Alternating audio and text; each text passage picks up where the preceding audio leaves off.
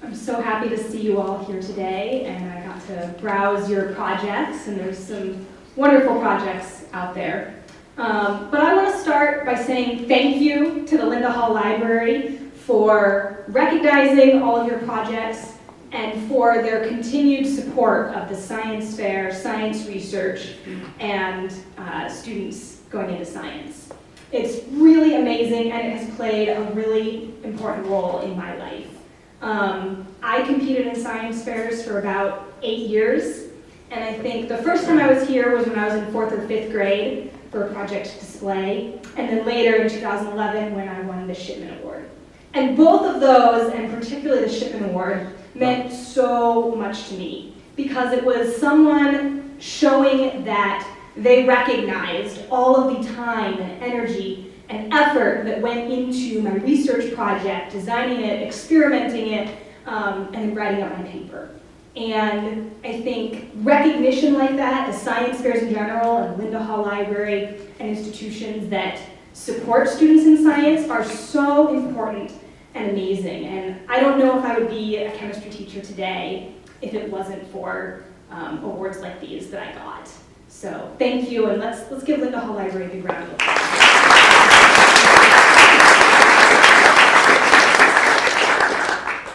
But what I want to talk to you about today is the importance of science, particularly given many of the issues that we are facing. These are issues that many of you have probably heard of, like climate change, resource depletion, the spread of antibiotic resistance, disease, and many, many other things. Some of you are already addressing these with your projects today, which I think is amazing. And all of you that are here today, I believe, are already poised to be incredible change makers and leaders for the future, creating a better world. You are poised to be the people that can solve some of our most pressing problems, using science and using a scientific way of thinking. But you should know that this path and this journey is not always an easy one. Because science is not about adopting a rigid set of beliefs and ideas. It is not about what to think, but rather it is about how to think, how to question, asking the difficult questions, investigating things, independent thinking, and true critical thinking with an open mind to see what the data and evidence actually says. And it takes a willingness sometimes to step outside of the box and be willing to go against established norms and ideas that are popular in society. And that takes courage. Courage that I believe you all absolutely have. Historically, many of the scientists and individuals that we regard as visionaries and change makers today, they were met with ridicule, outrage, and even censorship when they first proposed their ideas.